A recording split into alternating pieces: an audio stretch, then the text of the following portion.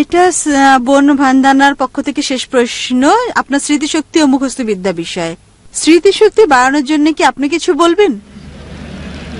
বোন, আপনি বললেন আমার স্মৃতিশক্তির ব্যাপারে, এটা আল্লাহ সুবহানাহু ওয়া তাআলার দয়া।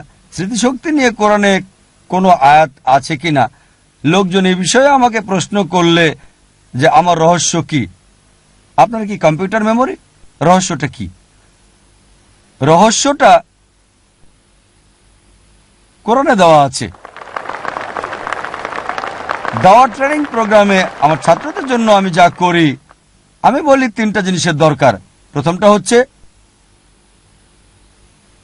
কোরআন বলছে সূরা আল ইমরান অধ্যায় নম্বর 3 আয়াত নম্বর 160 যে যদি আল্লাহ সাহায্য করেন তাহলে কেউ তোমাদের উপর জয়ী হবে না, আর আল্লাহ সাহায্য না করলে সাহায্য করার কে আছে আর?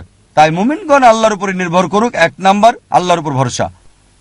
দ্বিতীয় হচ্ছে, কোরআন বলছে সূরা আনকাবুত অধ্যায় নম্বর 29 আয়াত নম্বর 69 যদি সংগ্রাম করেন আল্লাহ সুবহানাহু ওয়া তাআলার পথে, যদি চেষ্টা করেন, জিহাদ করেন আল্লাহ সুবহানাহু ওয়া তাআলার পথে, আল্লাহ আপনার জন্য পথ খুলে দেবেন। দ্বিতীয়টা কঠোর পরিশ্রম।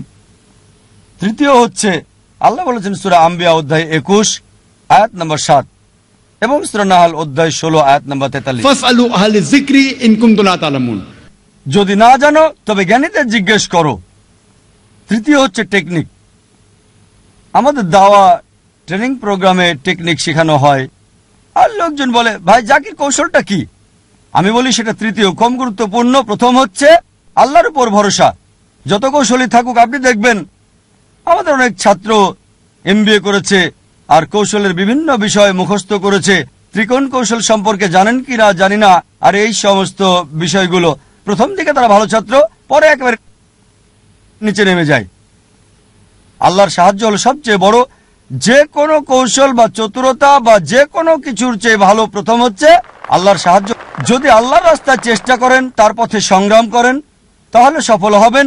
যদি সফল না হন, সঠিক পথে চেষ্টা করছেন না, আপনি আল্লাহ সুবহানাহু ওয়া তাআলার পথে। স্মৃতিশক্তির বিষয়টা কম গুরুত্বপূর্ণ। আমরা ট্রেনিং করাই, 40 দিনের ট্রেনিং কোর্স, মানুষদের ট্রেনিং দিই, আর মাশাআল্লাহ আমার ছাত্ররাও আলহামদুলিল্লাহ উদ্ধৃতি দিতে পারে। অধ্যায় নাম্বার, আয়াত নাম্বার, অধ্যায় আয়াত। দাওয়া ট্রেনিং করায় পৃথিবীর বিভিন্ন অংশ থেকে ছাত্ররা আসে, কিভাবে লেকচার দিতে হবে তা শেখায়, কিভাবে প্রশ্ন উত্তর পর্ব সামলাতে হবে সেটা শেখায়। ট্রেনিং দেই, কঠোর পরিশ্রম করতে হয়। এবার যদি কোরআনের আয়াত দেখেন, আমার আলোচনা শুরু করার আগে আমি সব সময় কোরআনের উদ্ধৃতি দিই।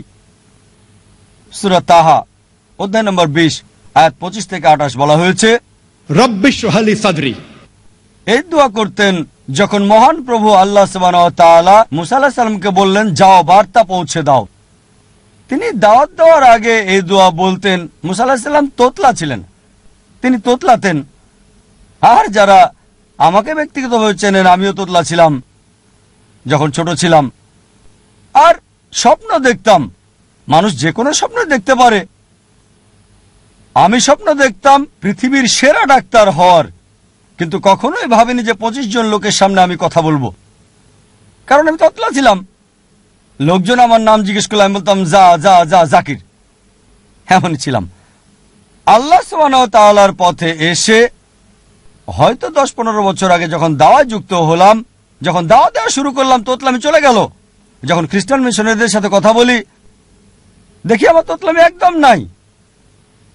আমি স্টেজে উঠেছিলাম কারণ আমার সহকর্মী তখন পারছিল না, আমি শুরু করলাম। আর এখন স্টেজে আল্লাহর রহমতে শত শত হাজার হাজার লক্ষ লক্ষ লোকের সামনে আমি স্টেজে উঠে কথা বলি, আলহামদুলিল্লাহ। এবার কোরআনের আয়াতে আসি। যখন মুসাকে আল্লাহ সুবহানাহু ওয়া তাআলা বললেন ফিরআউন এবং তার লোকদের দাওয়াত দিতে, তিনি এই দোয়া পড়েছিলেন।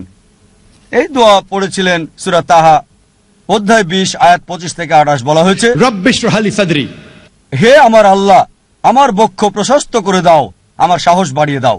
রব্বি ইশরাহ লি সাদরি ওয়া ইয়াসসির লি আমরি, এবং আমার কাজকে সহজ করে দাও। রব্বি ইশরাহ লি সাদরি ওয়া ইয়াসসির লি আমরি ওয়াহলুল উকদাতাম মিন লিসানি ইয়াফকাহু কাওলি, এবং আমার মুখের জড়তা দূর করে দাও। কারণ মুসা আলাইহিস সালাম তোতলা ছিলেন, আমিও তোতলা ছিলাম। আমার মুখের জড়তা দূর করে দাও যাতে তারা আমার কথা বুঝতে পারে। যে সমস্ত লোককে দাওয়াত দিচ্ছি আমি আল্লাহ সুবহানাহু ওয়া তাআলাকে বলি আমার বক্ষ প্রসারিত করে দিতে, আমার কাজ সহজ করে দিতে, আমার মুখের জড়তা দূর করে দিতে, যাতে লোকজন আমাকে বুঝতে পারে। স্মৃতিশক্তির জন্যও এই দোয়া পড়ে যেতে পারে।